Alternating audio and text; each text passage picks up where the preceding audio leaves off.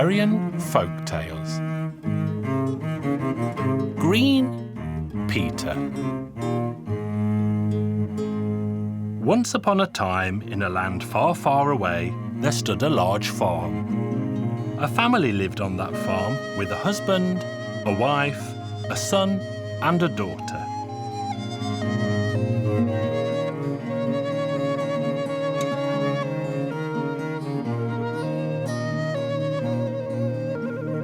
When his wife died, the husband married again, so that there should be someone to bring up the children. But the new wife did not like the children, and she put poison in their food. When the children sat down to eat their supper, a white dove flew down and said, "Children, don't eat the soup because it's poisoned. Run away from home and never look back."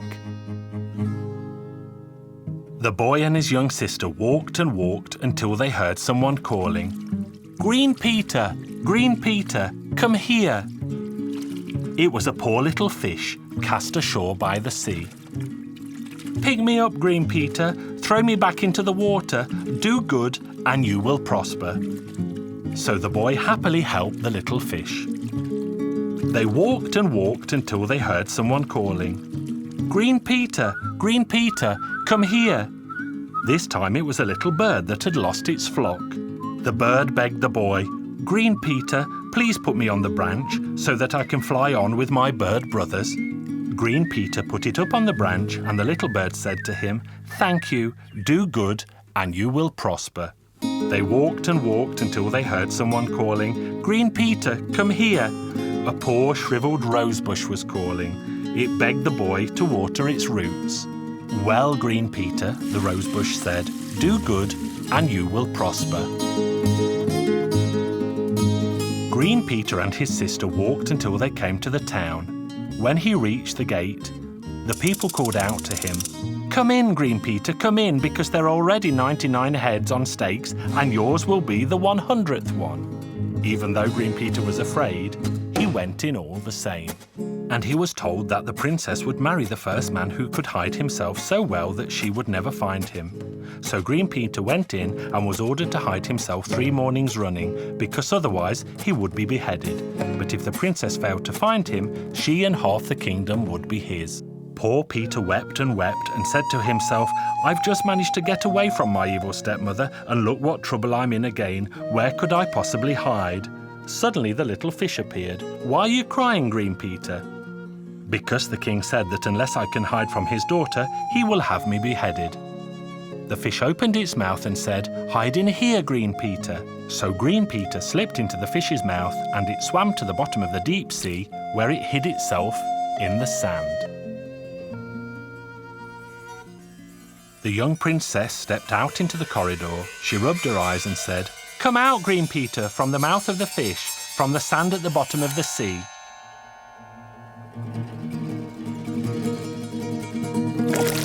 So Green Peter came out, he crawled sadly out of the mouth of the fish and went to the royal palace.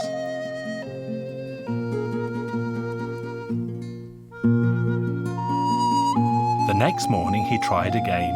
"Where, oh where shall I hide?" Suddenly the little bird flew down and said to him, "Why are you crying, Green Peter?" "Why indeed, if I don't manage to hide from the princess, I'll be beheaded."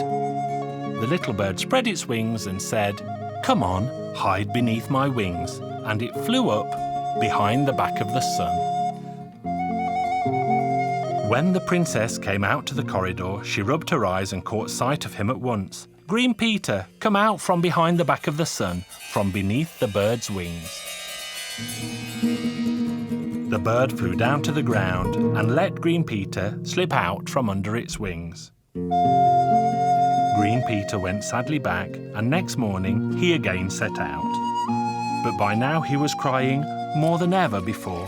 "Oh, oh, oh, what will become of me?" The rosebush came up to him and said, "Don't worry, I'm going to hide you." They went before the royal palace and stopped right in front of the corridor. The rosebush sat down and said, "Hide among my leaves and thorns," and it opened up so that it became more radiant than the sun itself. The princess came out. She rubbed her eyes, but she couldn't see Green Peter anywhere. "Rub your eyes again, my girl," said the king. "Or would you prefer to marry?"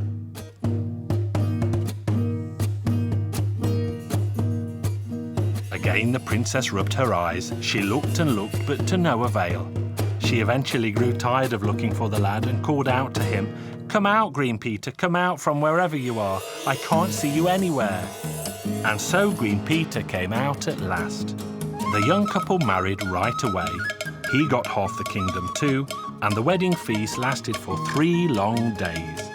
I was there myself, and I had a fine time. I was even given a nice big bone to chew.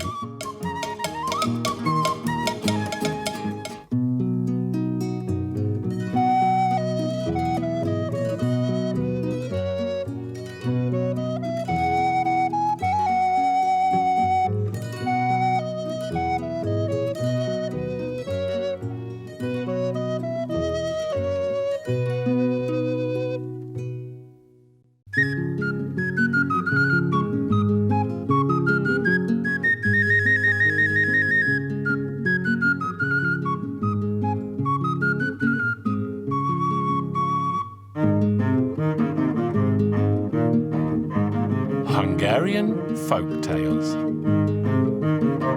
The Poor Cobbler and the King of the Winds. There was once a poor cobbler who toiled all day and all night and had more children than there are holes in a sieve. One day he mended the shoes of a miller, who paid him with flour, and he was carrying the flour home when the wind blew all the flour away.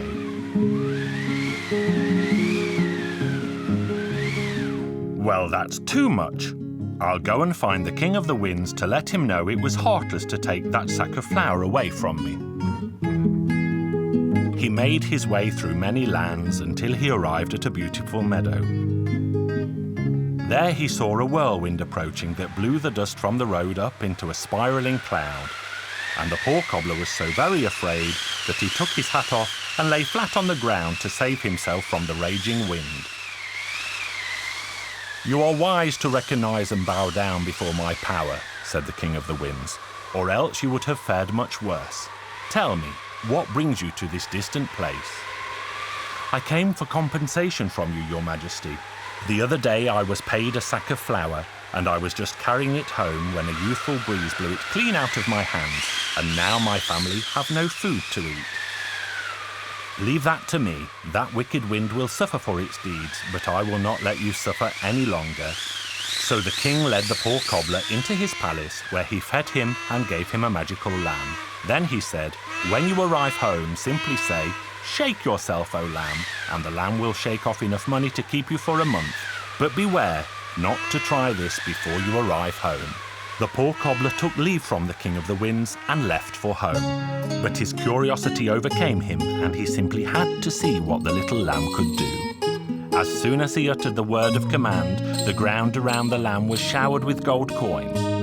He soon reached his lodgings for the night in the house of a very old friend, and he warned his friend never to say, "Shake yourself, O lamb." But the poor cobbler had hardly fallen asleep when his host and his wife ordered the beast, "Shake yourself, O lamb." When they saw the gold coins scatter on the ground, they took the animal and replaced it with a lamb from their own flock. The poor cobbler woke the next morning, but failed to notice the change. He thanked the man and his wife and left for home with high hopes in his heart. When he eventually arrived back, he said, "Shake yourself, O lamb." He repeated the order a number of times, but the little lamb simply stood and stared back at him.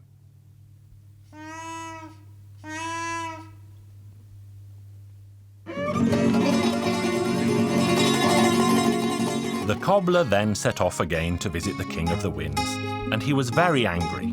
He marched straight to the palace to voice his complaint. "I am sure you did not take my advice, and you must have spoken to the lamb before you reached home. But this time I will give you a tablecloth, and all you have to say is, 'Fill yourself with fine fare, O tablecloth.' and it will be covered in food. But do not be tempted to try this before you arrive home." But the poor cobbler was too curious again, and he tried the tablecloth. When evening came, he took lodging with his friend again, and he said to him, "You mustn't tell my tablecloth to fill itself with fine fare." The friend and his wife could hardly wait for the cobbler to sleep that night. They gave the order at once, and when they found out what a valuable tablecloth he had, they exchanged it for one of their own. The next day he arrived home and became terribly angry when he ordered the tablecloth again and again, but nothing happened. Again the poor cobbler travelled hastily back to see the King of the Winds, who was waiting for him when he arrived, and presented him with a small cane. He told him he should not tell the cane to "Turn around cleverly, O cane," before he arrived home again. The poor cobbler could barely wait to find out what the cane would do, and so he quickly said, "Turn around cleverly, O cane." The cane hopped up and began to beat him hard. The poor cobbler cried out in pain, "Stop!" and the clever cane stopped beating him at once.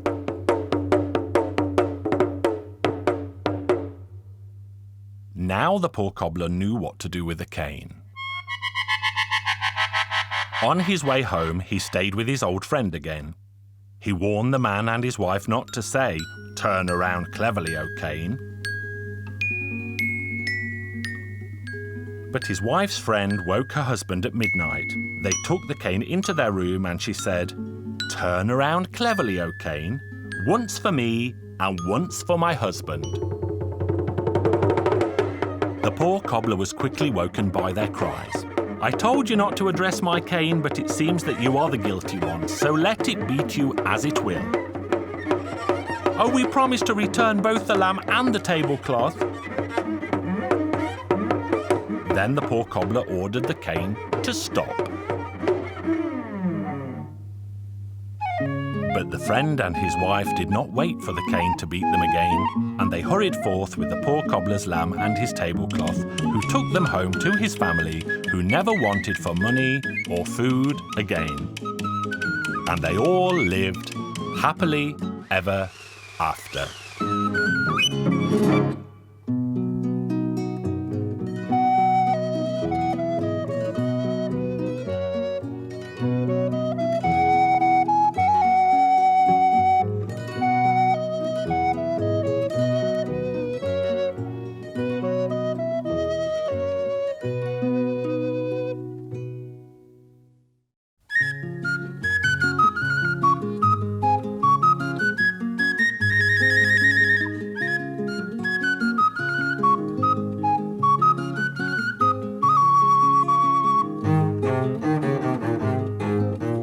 Hungarian Folk Tales. The Princess, 3 Pigs, and 3 Birthmarks.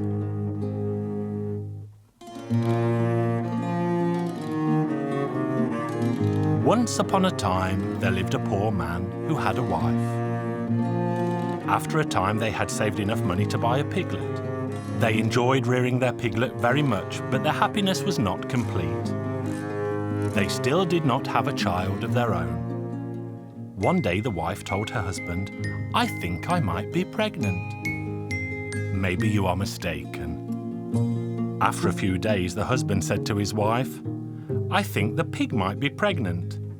"Maybe you are mistaken. It must have eaten too much and its belly is fat." The months passed and their son was born. The man was happy.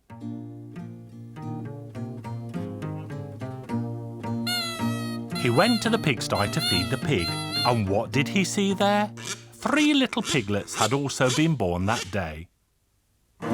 Everyone in the house was happy.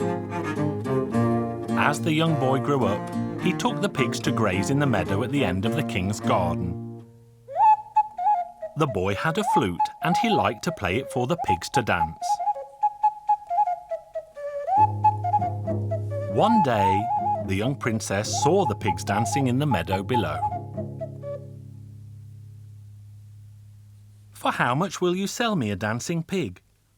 "For no money at all if you lift your skirt to your knee." What use is that to you? Would you rather not have a bag of gold? But the boy said he did not want the gold. Then the princess suddenly changed her mind and lifted up her skirt to her knee. And the boy gave her a pig. When he arrived home in the evening, his father asked the boy, "Where is the missing pig?" "The wolf has taken it. He will pay the price." The boy returned to the king's garden with his pigs the very next day, where the princess saw him and asked again, "For how much money will you sell me a second dancing pig? For the first one will not dance alone." "For no money at all if you lift your skirt up to your waist." "Would you rather not have a bag of gold?" But the boy said he did not want the gold. The princess hesitated for a second and then pulled her skirt up to her waist. And the boy gave her the second pig. When the boy arrived home that night, his father asked, "Where is the second missing pig?" "The wolf has taken him. It will pay the price." On the third day, the boy went back to the same place with his last pig, where he found the princess waiting for him. "For how much will you sell me the third dancing pig, because the first two will not dance without the third?" "For no money at all if you lift your skirt up to your neck."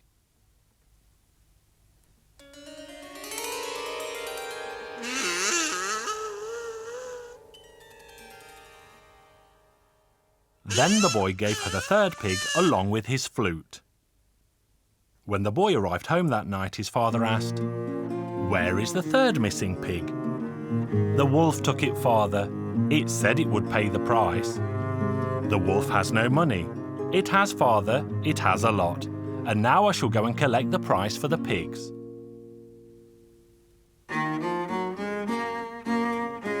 When the boy arrived at the palace gates, a guard asked him, "What do you want here, little boy?" "I came to the princess to get the price for my pigs." The guard went to the princess and told her that a boy had come to be paid for the 3 pigs. The princess simply said, "Fill a bag with gold and give it to him."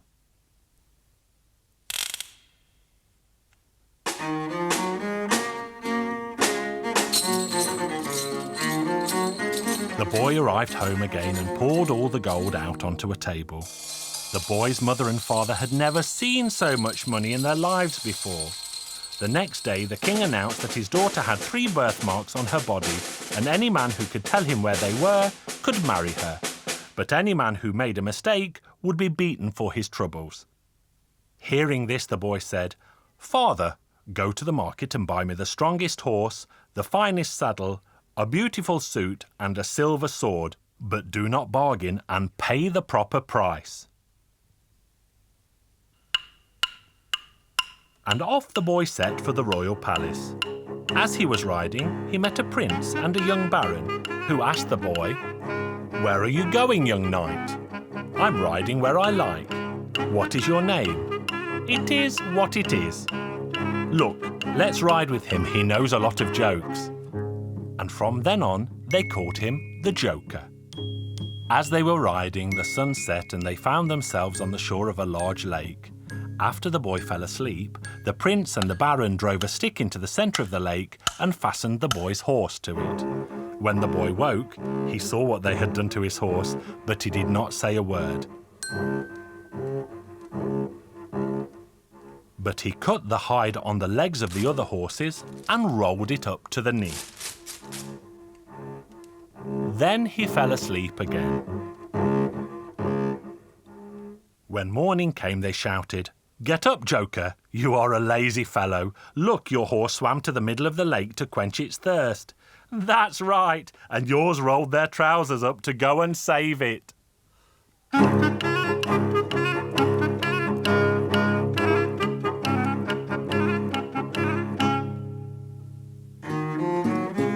All 3 reached the palace the next day. There were many princes, barons and gypsies gathered, but none of them knew where the princess had her birthmarks, and each received 60 strokes of the cane for his troubles. The baron thought it best to go in with the boy, as he might find out the answers. The boy said, Venus is shining on her delicate belly. That's right, said the king. Why did you say that? That was exactly what I wanted to say. The sun and the moon radiate their beams from her bosoms. That's right, came the reply. That was exactly what I wanted to say, said the young baron. The courtiers began to discuss the result. Their decision was that the princess and the 3 young men should go to the same bed, and the one she turns to will be her husband. And that's what they did. The boy had a good stock of sweets and cakes in his pockets, and he ate them noisily. What are you eating? The baron asked. The heel of my boot. Take off your boot and eat its heel. So the baron tore the heel off his boot and offered a part to the princess. Please have some, my dear. The princess could not chew the leathery heel, and she kicked the baron out of the bed. Then she turned towards the boy, who gave her sweets and cakes. The next morning the door was opened, and they saw that only the boy was in the bed, while the baron hid in shame. The baron got 60 strokes for feeding the princess with the heel of his boot, and another 60 strokes because he did not know the whereabouts of her birthmarks. And so the boy married the princess, and they had a fabulous feast, and all were invited, both rich and poor.